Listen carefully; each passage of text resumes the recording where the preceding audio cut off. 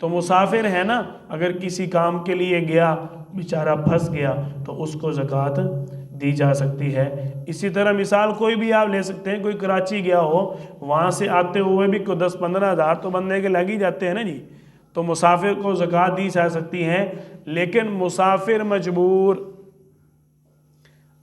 مسافر مجبور، مسافر مغرور نہیں، سمجھ آئی ہے؟ سیر سپاٹے واسطے گیا جی میں مسافر ہاں جی کڈو مال، ایسے نہیں، بات سمجھ آ رہی؟ فریضۃ من اللہ، اللہ فرما رہے ہیں یہ اللہ تعالیٰ کی طرف سے مقرر کیا گیا، یہ اللہ تعالیٰ کی طرف سے مقرر کیے گئے، ان لوگوں کو ہی زکوٰۃ دی جا سکتی ہے۔ اب ہمارا اگلا عنوان قربانی کے مختصر احکام۔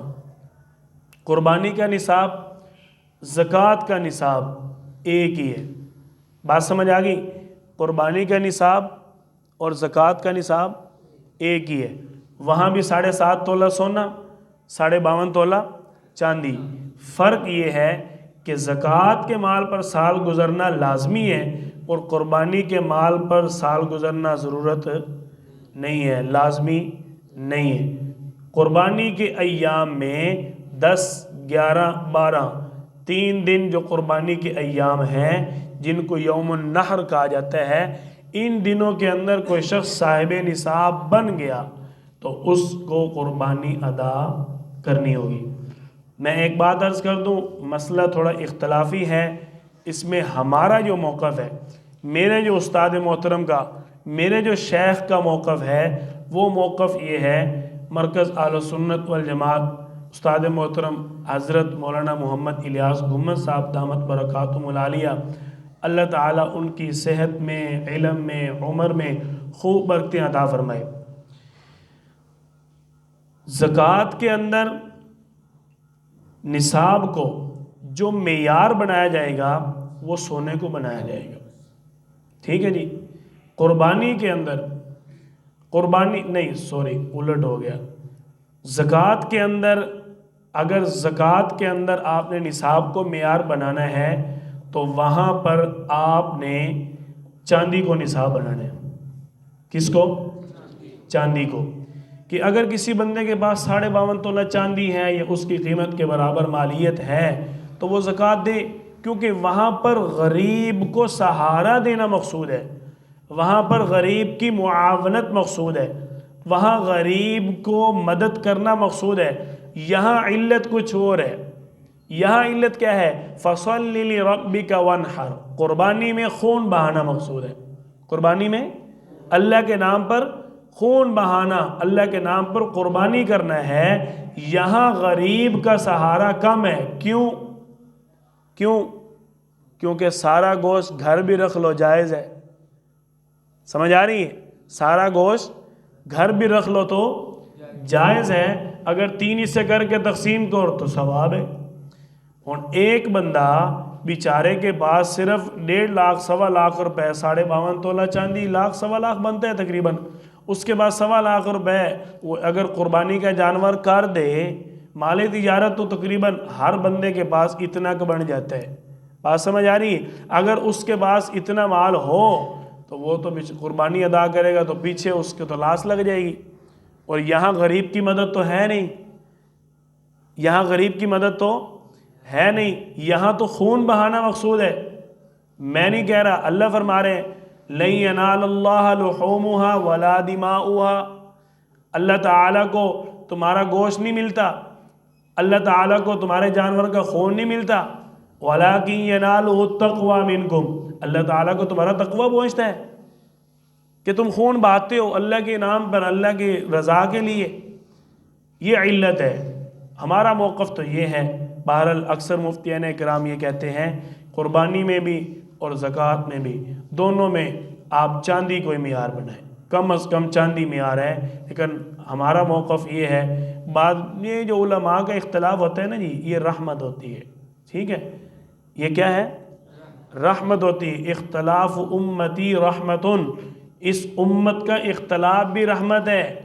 کچھ صحابہ کرام کا موقف کچھ صحابہ کرام کا موقف کوئی اور ہے، سماع موتا اور عدم سماع بے صحابہ کا اختلاف تھا، حضرت عائشہ رضی اللہ عنہ کے دور میں وہ مسئلہ کلیئر ہو گیا، بات سمجھ آ رہی؟ اختلاف ہونا یہ رحمت ہے، یہ زحمت نہیں ہے۔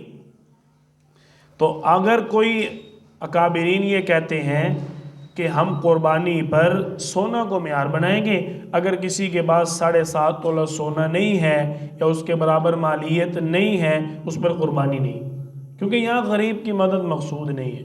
بات سمجھ آ گئی؟ اس کے بعد قربانی کے واجب ہونے کی شرائط وہی ہیں جو زکوٰۃ کے واجب ہونے کی شرائط، مسلمان ہونا، عاقل ہونا، بالغ ہونا، ٹھیک ہے جی، لیکن یہاں پر سال والی شرط نہیں ہے۔ قربانی کے ایام ہونا یہ بھی اس کے اندر لازمی ہے، اور قربانی کے ایام گزر گئے تو پھر کو صاحب نصاب بنے، پھر قربانی اس پر نہیں ہے۔ قربانی کا نصاب آپ حضرات سن چکے۔ قربانی کے جانور، قربانی کے جانور اللہ تعالیٰ نے قرآن کریم سورۃ الانعام میں بیان فرمائے، سورۃ الانعام میں بیان فرمائے، ثمانیۃ ازواج پڑھا ہوا ہے، من الضأن اثنین ومن المعز اثنین قل آذکرین حرم ام الانثیین۔ یہ اللہ تعالیٰ نے اس آیت کے اندر 8 قسم کے یہ جانور بیان فرمائے، 4 کا نام لیا، چاروں کے جوڑے جوڑے، چاروں کے جوڑے جوڑے، وَمِنَ الْبَقَرِ اثْنَيْنِ وَمِنَ الْإِبِلِ اثْنَيْنِ۔ کیسے آیت؟ مجھے تو آیت ہی بھول گئی یار، کوئی حافظ صاحب پڑھ دیو، انہی آیتہ میں پڑھی ہیں، ایک تو سے بھی پڑھ دیو۔ یہ تو ہو گیا، اونٹ بھی ہو گیا، گاں بھی ہو گئی۔ قُلْ آذَكَرَيْنِ حَرَّمَ أَمِ الْأُنثَيَيْنِ، اس تو اتے کوئی آیت ساڑھی راندی بھی ہے نہیں، اس سے بھی اوپر، اس سے اوپر ایک آیت ہے وَلَا تُسْرِفُوا إِنَّهُ لَا يُحِبُّ الْمُسْرِفِينَ، سے آگے کیا ہے؟ وَمِنَ الْأَنْعَامِ حَمُولَةً وَفَرْشًا، آگے کیا ہے؟ وَلَا تَتَّبِعُوا خُطُوَاتِ الشَّيْطَانِ إِنَّهُ لَكُمْ عَدُوٌّ مُّبِينٌ۔ یہاں پر کیا ہے؟ ثمانیۃ ازواج، من الضأن اثنین ومن المعز اثنین، میڈا یعنی لیلا شریف، ٹھیک ہے، دمبا بھی اسی کی قسم ہے، اور بکرا، بکرا بکری کتنے ہو گئے جی؟ دمبا دمبی 4، اونٹ اونٹنی 6، گاں تے کٹا کتنے ہو گئے؟ 8۔ سمجھ آ گئی؟ یہ 8 قسم اللہ تعالیٰ نے جانوروں کی قرآن پاک میں بیان فرمائی ہیں۔ اور بھینس جو ہے جنہوں سے کٹا آخدے ہیں، یہ بھی گائے کے حکم میں ہے۔ سارا سال ماں جدہ دودھ پین دیں تے آدھن ماں دی قربانی کوئی نہیں، کمال نہیں۔ اور کی دلیل دیں دیں جی اللہ دے نبی دورے تہائی کوئی نہ، تو موڑ جائے دودھ پین دیں بہو کیوں گاری صاحب؟ اللہ کے اچھا اللہ کے نبی دور اچ کوئی نہیں، بھائی بہت سارے مسائل اللہ کے نبی کے دور کے اندر نہیں پیش آئے۔ موبائل پر طلاق ہو رہی ہے، موبائل پر نکاح ہو رہے ہیں اللہ کے نبی کے دور میں، کیوں جی؟ ہوتا ہے کہ نہیں؟ لوگ اپنے کو دب و دب لگ گئے ہیں۔ حالانکہ یہ چیزیں ان کا تعلق شریعت کے ساتھ ہے، لوگ اپنی طرف سے ان کو رائج کر کے فون تے سارا کچھ کر رہے ہیں اب پہ ہی، یہ درست نہیں ہے۔ اچھا، بھینس کے بارے میں امام حسن بصری رحمۃ اللہ علیہ کا قول ہے کہ بھینس جو ہے یہ گائے کی طرح ہے۔ بھینس کیا ہے؟ الجاموس بمنزلۃ البقر، کہ بھینس جو ہے وہ گائے کے حکم شمار ہوتی ہے۔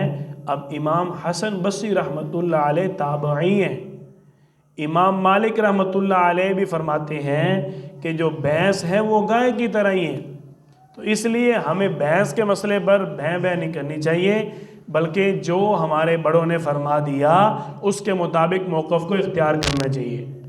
بات سمجھ آ گئی؟ اب قربانی کے ایام، قربانی کے ایام کے بارے میں ایک چیز آپ میری طرف دیکھیں، قاری صاحب نے جانا انہوں نے مجبوری ہو سی، آپ میں سے شادی شدہ ہیں سارے؟ یارو شادی شدہ ہیں، انہوں نے حق ہے، تھوڑا تے حق نہیں ہے نا۔ تو انہوں ایس پی صاحب فون کیتا ہے، انہوں نے آیا اس سے گیا۔ اچھا، اب قربانی کے ایام، قربانی کے ایام کے بارے میں لوگ کہتے ہیں کہ قربانی کے ایام 4 ہیں۔ کتنے؟ لیکن کتنے ہوندے ہیں جی؟ ہوندے کنے 3. او بھائی ڈر کے کیوں بولو بیٹھا نہیں میں بولو 3. حضرت عبداللہ بن عمر رضی اللہ تعالیٰ عنہ حضرت عمر بن خطاب رضی اللہ تعالیٰ عنہ کے بیٹے ہیں. فرماتے ہیں النحر یومان بعد یومان. ٹھیک ہے, النحر یوم بعد یومان, کہ نہر کے دن کے بعد 2 دن ہیں. نہر کا دن 10 ذی الحج کا دن ہوتا ہے. ٹھیک ہے, اس کے بعد کتنے دن؟ 2 تو 1 کتنے ہو گئے؟ 3. لوگ کیا کہتے ہیں جی ایام تشریق تکبیرہ پھر کیوں پڑھ دے ہو 5 دن کہتے ہیں نا. اور بھائی پڑھتے ہو نا 9 ذی الحج کی اثر سے شروع ہو جاتے ہو. اثر تو شروع ہوندے ہو جی آخ دے پہلے تکا ماری ہے نا تسی بھی جی آخ دے ہو مولانا رمضان صاحب. بھائی فجر سے 9 ذی الحج کی فجر سے لے کر 13 ذی الحج کی اثر تک 9 10 11 12 اور 5 دن تک تکبیرات پڑھتے ہیں نا. اللہ اکبر لا الہ الا اللہ واللہ اکبر وللہ الحمد پڑھتے ہیں نا. وہ کہتے ہیں جی پھر تکبیر تو آپ 4 دن تک آگے پڑھتے رہتے ہو 10 11 12 اور 13 4 نہیں بنتے. تو ایام تشریق کا مطلب یہ ہے کہ قربانی کے دن.